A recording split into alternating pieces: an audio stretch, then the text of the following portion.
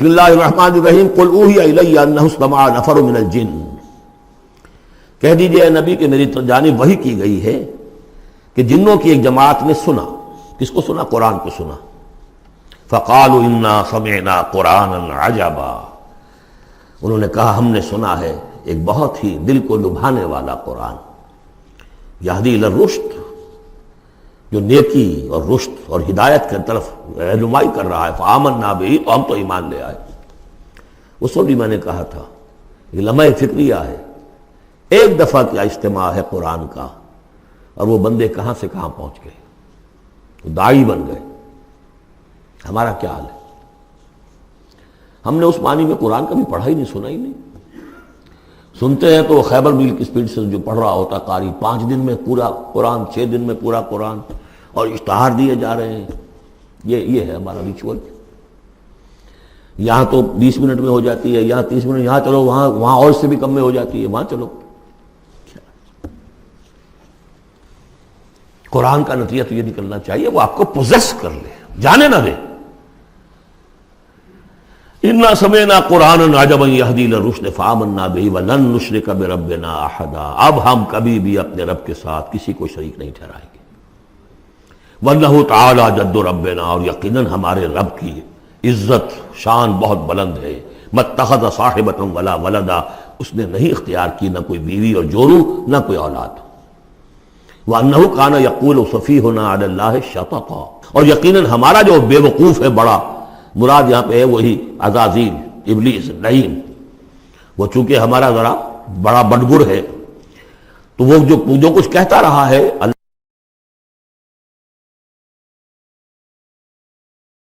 وَأَنَّا ظَنَنَّا أَن لَّن تَقُولَ الْإِنسُ وَالْجِنُّ عَلَى اللَّهِ كَذِبًا، ہم تو اس گمان میں رہے، خوش گمانی میں، کہ جن اور انسان اللہ تعالیٰ کے اوپر جھوٹ نہیں باندھیں گے، لیکن وہ بدماش تو جھوٹ باندھتا رہا۔ ہم نے اپنی شرافت میں اس کی بات کو مان لیا۔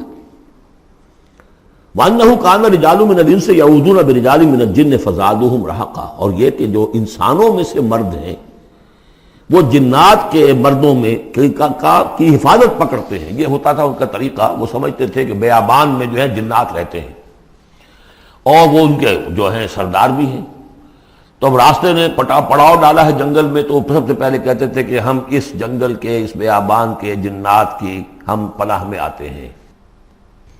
اب وہ سنتے ہوں گے یہ بے وقوف، یہ آدم کی اولاد، ہمارے تو جد امجد کو نکال دیا گیا جنت سے اس لیے کہ اس کو سجدہ نہیں کیا، یہ ہمیں معبود بنائے بیٹھے ہیں، ہماری پناہ طلب کر رہے ہیں۔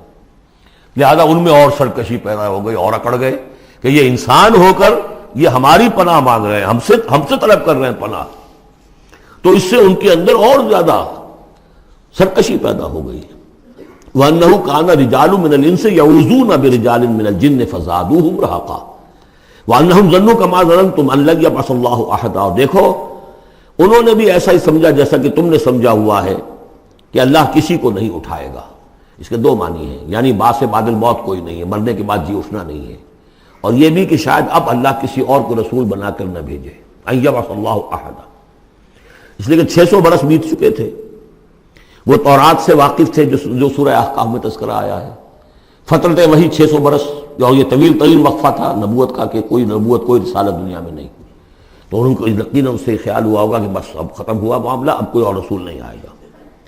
وَأَنَّا لَمَسْنَا السَّمَاءَ، اور ہم نے ذرا ٹٹولا آسمان کو، ہم نے چاہا کچھ خبریں لے کر آئیں ذرا غیب کی۔ فَوَجَدْنَاهَا مُلِئَتْ حَرَسًا شَدِيدًا وَشُعُبًا، تو ہم نے تو پایا اس کو کہ وہ بھرا ہوا ہے سخت چوکیداری سے، اور انگارے رکھے ہوئے ہماری ہمیں کھدیڑنے کے لیے۔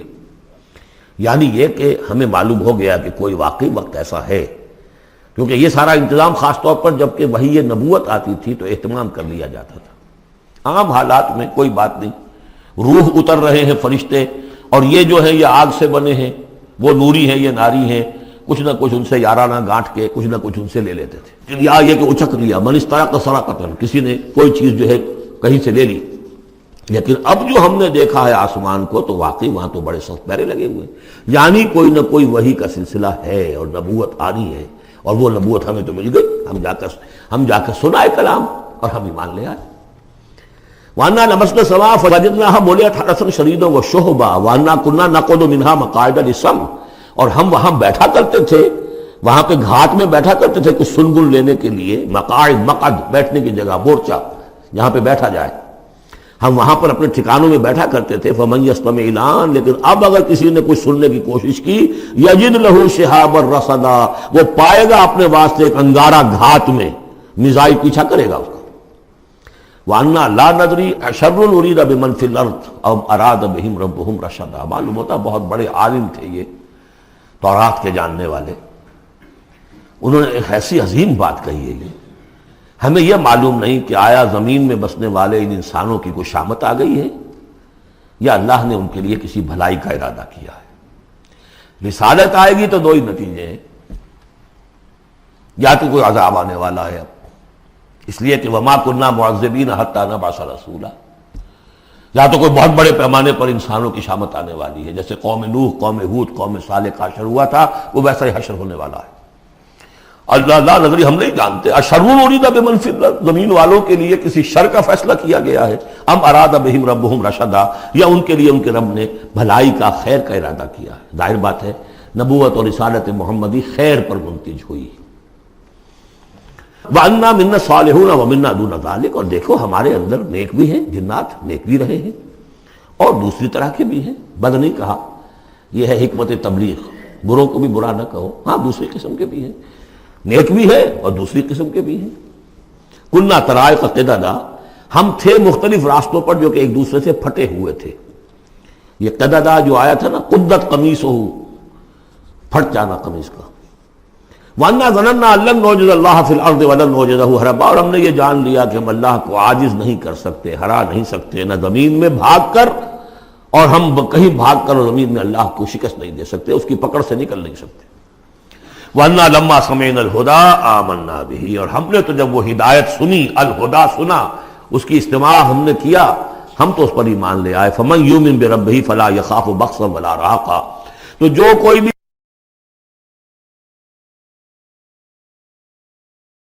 زبردستی ہوگی، کچھ زیادتی ہوگی، جیسے جیسے ان کے اعمال صالحہ ہیں پورے پورے اللہ تعالیٰ ان کا اجر ان کو دے دے گا۔ وَأَنَّا مِنَّا الْمُسْلِمُونَ وَمِنَّا الْقَاسِطُونَ، اور دیکھو ہمارے اندر وہ بھی ہیں جو فرما بردار ہیں اور وہ بھی ہیں جو بے انصافی کرتے ہیں۔ یہ قسط کے لفظ کے ساتھ سمجھ لیجئے، جب یہ ثلاثی مجرد میں آتا ہے تو قاسط اس میں فاعل بنا، وہ ناانصاف کے معنی میں ہے، یہ باب افعال کے خواص میں سے ہے، سلب ماخذ اس کو کہتے ہیں۔ جب باب افعال میں آئے گا تو اس کے معنی ہے عدل و انصاف، اور جب ثلاثی مجرد میں آئے گا تو نا انصافی۔ قاسطون فمن اسلم فاولئک تحروا رشدا، جو لوگ اسلام لے آئے، اطاعت قبول کر لی، تو انہوں نے تو گویا کہ ڈھونڈ نکالی خیر کی راہ، نیکی کی راہ انہوں نے تلاش کر لی۔ وَأَمَّا الْقَاسِطُونَ، اور جو بے انصاف فَكَانُوا لِجَهَنَّمَ حَطَبًا، وہ لوگ جو ہے پھر جہنم کا ایندھن بن کر رہیں گے۔ یہاں تک ان کی تقریر ہے جو انہوں نے تبلیغ کی ہے۔ اب جو بات آگے آ رہی ہے یہ خود اللہ کی طرف سے کلام ہے۔ أَن لَوِ اسْتَقَامُوا عَلَى الطَّرِيقَةِ لَأَسْقَيْنَاهُم مَّاءً غَدَقًا، اور یہ کہ یہ اگر لوگ اپنے اس طریقے پر جو طریقہ انبیاء کا تھا، جو آدم نے دیا تھا، جو نوح نے دیا تھا، یہ چلتے رہتے تو ہم انہیں خوب پلاتے، پانی بھر بھر کر خوب سیراب کرتے ان کو۔ یہاں لفظ طریقت آیا ہے قرآن میں، شریعت، طریقت۔ ثم جعلناک علی شریعت من الامر، شریعت اور یہ طریقت، دونوں کا مفہوم ایک ہے، طریقہ اور شریعت، لیکن یہ کہ اس کا استعمال ہو رہا ہے کہ شریعت سے مراد لی جاتی ہے جو دین کا قانون ہے، اس کے ظاہری پہلو، قانونی پہلو، اور طریقت اسی کے باطنی پہلو کا نام ہے کہ ایک نماز ہے، وضو کیسے کرو گے، کیا فرائض ہیں، کیا نوافل ہیں، کیا کام رہ گیا تو وضو نہیں ہوا، یہ شریعت بتائے گی، یہ آپ کو فقیہ بتائیں گے، یہ آپ کو مفتی حضرات بتائیں گے۔ لیکن نماز کی اصل روح تو ہے خشوع اور خضوع، حضور قلب، یہ پھر طریقت کی طرف منتقل کر دیا گیا، بدقسمتی سے پھر ان کو پھاڑ دیا گیا، وہ علیحدہ علیحدہ ہو گئے۔ یہ سب چیزیں یکجا ہونی چاہیے تھی۔ اور جو ہمارے اولین صوفیاء ہیں وہ بہت بڑے عالم بھی تھے، ایسے نہیں تھے کہ صرف صوفی تھے، وہ بہت بڑے مفتی بھی ہوتے تھے، بلکہ اولین کیا، اس دور میں بھی جو میں نے آپ کو بتایا تھا کہ قاضی صلاح اللہ پانی پتی رحمۃ اللہ علیہ، وہ مفتی بھی ہیں، مفسر بھی ہیں، محدث بھی ہیں، اور بہت بڑے مرشد بھی ہیں، میرزا مظہر جانے جانا شہید کے خلیفہ ہیں، اور یہ سب شیخ احمد سرہندی رحمۃ اللہ علیہ کا جو سلسلہ ہے، سلسلہ مجددیہ نقشبندیہ، اس کے بزرگ ہیں، وہ ہیں وہ جامع و صفات لوگ۔ لنفتنہم فیہ، اور یہ بھی جو ہم کو پانی پلاتے اور سیراب کرتے، یہ بھی اس لیے تاکہ ان کو اور جانچے اور پرکھے اور امتحان لیں۔ ایک امتحان غربت میں ہے، ایک امتحان کمنگری میں ہے، ایک امتحان فاقے میں ہو رہا ہے، ایک امتحان ہو رہا ہے کہ کثرت سے ہم نے دے رکھا ہے۔ وَمَن يُعْرِضْ عَن ذِكْرِ رَبِّهِ، اور جو کوئی بھی اعراض کرے گا اپنے رب کے ذکر سے، يَسْلُكْهُ عَذَابًا صَعَدًا، تو وہ چلے گا، وہ ڈال دے گا اس کو چڑھتے عذاب میں، اللہ تعالیٰ ایسے عذاب میں صعدا، جس کی شدت بڑھتی چلی جائے گی۔ وَأَنَّ الْمَسَاجِدَ لِلَّهِ فَلَا تَدْعُوا مَعَ اللَّهِ أَحَدًا، اور دیکھو مسجدیں اللہ کے لیے ہیں۔ مسجد سے مراد مسجد سجدے کی جگہ بھی ہے، اور مسجد سے مراد سجدے کے یہ اعضاء بھی ہیں، یہ پیشانی اور یہ ناک اور یہ ہاتھ اور یہ پاؤں، ایڑیاں، وہ پنجے، یہ سارے جو ہیں یہ سجدے کے جو جسم کے حصے ہیں۔ یہ مسجدیں بھی اور سجدے کی جگہ بھی للہ ہے، سب اللہ کی ملکیت ہے۔ فلا تدعوا مع اللہ احد، اللہ کے ساتھ کسی اور الہ کو مت پکارو۔ وانہ لما قام عبد اللہ یدعوہ قالوا یکونون علیہ لبدا، اور یہ اب یہاں پھر قول آ گیا ہے انہی کا جنات کا کہ جب وہ عبداللہ کو ہم نے دیکھا، وہ کھڑا تھا، وہ قرآن پڑھ رہا تھا، وہ نماز پڑھا رہا تھا، لما قام عبداللہ یدعوہ، اسے پکار رہا تھا اللہ کو، اللہ کا بندہ، قالوا یکونون علیہ لبدا، وہ تو ایسے ہو رہے تھے سننے والے گویا کہ اس کے اوپر ٹھٹ کے ٹھٹ جمع ہو جائیں گے وہاں پر، لیکن یہ کہ وہ ایمان نہیں لا رہے تھے۔ قل انما ادعو ربی، کہہ دیجئے اے نبی صلی اللہ علیہ وسلم، دیکھو میں پکارتا ہوں اپنے رب کو، ولا اشرک بہ احدا، اس کے سوا میں کسی اور کو شریک کرنے کے لیے تیار نہیں۔ قل انی لا املک لکم ضرا ولا رشدا، کہہ دیجئے مجھے کوئی اختیار حاصل نہیں ہے تمہارے لیے، نہ کسی نقصان کا اور نہ کسی راہ پر لانے کا، میں تمہیں ہدایت نہیں دے سکتا۔ وہ آیت یاد کر دیجئے، انک لا تہدی من احببت ولیکن اللہ یہدی من یشاء، اے نبی آپ ہدایت نہیں دے سکتے جسے بھی چاہیں، وہ تو اللہ ہی ہدایت دیتا ہے جس کو چاہتا ہے۔ قل انی لن یجیرنی من اللہ احد ولن اجد من دونہ ملتحدا، کہہ دیجئے میں ہرگز نہ پاؤں گا کہ مجھے اللہ کے سوا کوئی پناہ دے سکے، یجیرنی من اللہ احد، اللہ کی پکڑ سے بچانے کے لیے مجھے کوئی پناہ دے سکے میں نہیں پاؤں گا، ولن اجد من دونہ ملتحدا، اور اللہ کے سوا میں کہیں جو ہے کوئی اپنا سر چھپانے کی جگہ نہیں پاؤں گا، الا بلاغا من اللہ،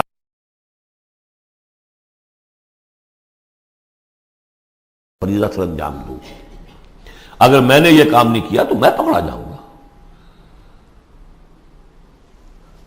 فَلَنَسْأَلَنَّ الَّذِينَ أُرْسِلَ إِلَيْهِمْ وَلَنَسْأَلَنَّ الْمُرْسَلِينَ، ہم تو پوچھ کر رہیں گے ان سے بھی جن کی طرف رسولوں کو بھیجا، اور پوچھ کر رہیں گے رسولوں سے بھی۔ وَمَن يَعْصِ اللَّهَ وَرَسُولَهُ، جو کوئی بھی اللہ اور اس کے رسول کی نافرمانی کرے گا، فَإِنَّ لَهُ نَارَ جَهَنَّمَ خَالِدِينَ فِيهَا أَبَدًا، تو اس کے لیے تو پھر جہنم کی آگ ہے جس میں وہ ہمیشہ ہمیشہ رہے گا۔ حتیٰ اذا رأوا ما یوعدون، یہاں تک کہ جب وہ دیکھیں گے جس چیز کی انہیں دھمکی دی جا رہی ہے، فَسَيَعْلَمُونَ مَنْ أَضْعَفُ نَاصِرًا وَأَقَلُّ عَدَدًا، اس وقت انہیں معلوم ہو جائے گا کون کمزور ہے مددگاروں کے اعتبار سے اور کون اقلیت میں ہے تعداد کے اعتبار سے۔ وہ تانے دیتے تھے نا کہ دیکھو محمد تمہارے پاس تو بیٹھے بھی ہوتے ہیں تو ہمارے کمی کاری بڑے لوور طبقات کے لوگ، اور وہ بھی چند ہوتے ہیں، دیکھو جا کے ابو جہل کی محفل بھری ہوئی ہے، بڑے بڑے لوگ بیٹھے ہوئے وہاں پر۔ اس وقت معلوم ہو جائے گا من اضعف ناصرا واقل عددا۔ یہ سورہ مریم میں بہت تفصیل سے یہ مضمون آیا ہے۔ قل ان ادری اقریب ما توعدون ام یجعل له ربی امدا، کہہ دیجئے نبی مجھے یہ معلوم نہیں ہے آیا جس چیز کا تم سے وعدہ کیا جا رہا ہے، جس چیز کی دھمکی دی جا رہی ہے، وعدہ اور وعید بنیاد ایک ہی ہے، اصل میں اصل الفاظ ایک ہی ہیں، وعید دھمکی، وعدہ، لیکن حروف اصلی وہی ہے۔ آیا وہ قریب آ چکی ہے اسے، یا ام یجعل له ربی امدا، یا یہ کہ میرا رب اس کے لیے ابھی کچھ مہلت دے، کوئی تمہاری رسی دراز کرے، یہ میں نہیں جانتا۔ یہ سورہ انبیاء کے آخر میں بھی آیا تھا،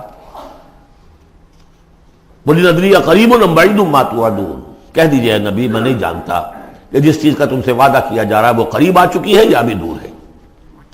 عالم الغیب، وہی ہے غیب کا جاننے والا، فلا یظہر علی غیبہ احدا، وہ اپنے غیب پر کسی کو مطلع نہیں کرتا، الا من ارتضی من رسول، سوائے جس کو وہ چاہے اپنے رسولوں میں سے۔ یہ بہت اہم قانون ہے قرآن کا، اور اس میں سارا مسئلہ علم غیب کا حل ہوتا ہے۔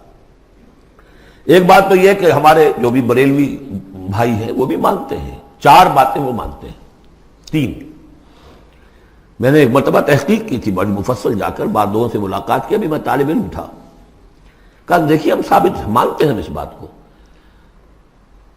نبی کا علم ذاتی نہیں عطائی ہے، اللہ نے جو دیا وہی ہے۔ نبی کا علم قدیم نہیں حادث ہے، پہلے نہیں تھا پھر ہو گیا، اللہ نے دے دیا تو ہو گیا۔ اور نبی کا علم غیر محدود نہیں محدود ہے۔ میں نے کہا یہ تین باتیں جو شخص مان لے، میرا اس سے اب کوئی جھگڑا نہیں رہا۔ لیکن ہمارے ہاں کچھ لوگوں نے ایک ڈیفینیشن کر لی علم غیب کی۔ علم غیب وہ ہے جو بغیر کسی کے بتائے خود حاصل ہو جائے۔ اس اعتبار سے تو میرے پاس بھی علم غیب ہے، نہیں یعنی کسی کے پاس کوئی علم ہے ہی نہیں۔ ہمیں دیا اساتذہ نے دیا، حضور کو دیا اللہ نے دیا، جبریل کو دیا اللہ نے دیا۔ اس معنی میں تو ذاتی علم تو کوئی بھی نہیں مانگتا کسی کا، علم تو دینے سے ہوتا ہے۔ البتہ علم غیب کسے کہتے ہیں؟ وہ چیزیں جو ہماری نگاہوں سے چھپا دی گئی ہیں، وہ عالم غیب ہے، جنت ہے، دوزخ ہے، فرشتے ہیں، یہ سب کیا ہے؟ عالم غیب۔ تو نبیوں کو تو کچھ نہ کچھ حصہ اس کا دکھایا جاتا ہے تو نبی بنتے ہیں نا، ورنہ میرے اور نبی میں فرق کیا ہوا پھر؟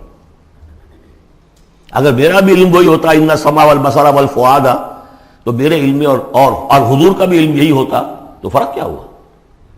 حضور نے تو اس دوسرے علم کے اعتبار سے تو صاف کہہ دیا انتم عالم بامور دنیاکم، لیکن حضور کو معراج میں جنت دکھا دی، دوزخ دکھا دی۔ زمین پر رہتے ہوئے آپ نماز پڑھا رہے تھے، غالباً وہ جو کہ نماز پڑھائی جاتی ہے جبکہ بارش نہیں ہوتی، استسقاء کی نماز، اسی کے دوران اچانک ایک دفعہ آپ آگے بڑھے، لوگ حیران ہوئے کیا ہوا ہے، ایک دفعہ پیچھے ہٹے۔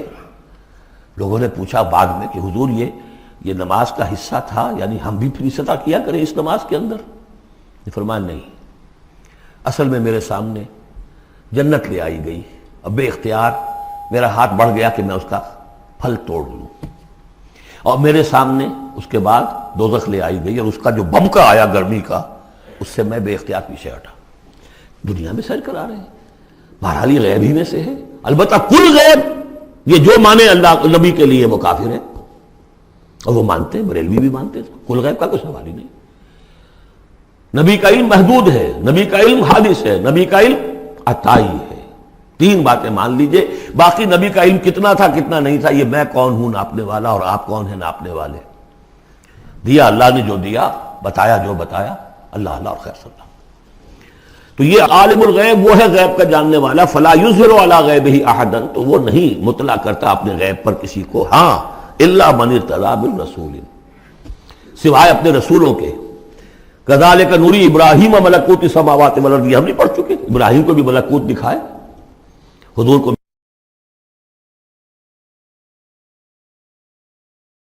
من بین یدیہ ومن خلفہ رصدا، جس کو رسول بناتا ہے، غیب کی خبریں دیتا ہے، پھر اس کے آگے اور پیچھے وہ اپنے باڈی گارڈ رکھتا ہے، چوکیدار رکھتا ہے۔ یسلک من بین یدیہ، اس کے سامنے بھی، ومن خلفہ، پیچھے سے بھی چوکیدار، حفاظت کرنے والے۔ لیعلم ان قد ابلغوا رسالات ربہم، تاکہ یہ بات بالکل واضح ہو جائے کہ انہوں نے واقعتاً اپنے رب کے پیغامات پہنچانے کا حق ادا کر دیا۔ جیسا کہ حضور نے پوچھ کر جواب لیا تھا، انا نشہد انک قد بلغت الرسالۃ وادیت الامانۃ وکشفت الغمۃ ونصحت الامۃ، ہم گواہ ہیں حضور۔ واحاط بما لدیہم، اور اللہ تعالیٰ جو کچھ ان کے پاس ہے سامنے سب کا احاطہ کیے ہوئے ہے۔ واحصا کل شیء عددا، اور ہر شے کی اس کی جو انوینٹری ہے وہ بڑی مکمل ہے، کوئی چیز وہاں سے غائب ہونے والی نہیں ہے، ہر ایک کا عدد کے ساتھ حساب کتاب کا اس نے رکھا ہوا ہے۔ میرا دل برماہی نہیں آیا،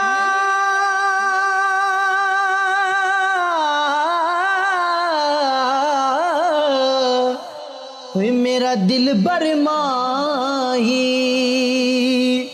ایویں بولنا جھوٹے آقا، تو جھوٹا تیرے اوے بول وچ جھوٹے، تینو تاڑی مار اڑا، تو جھوٹا تیرے بول وچ جھوٹے۔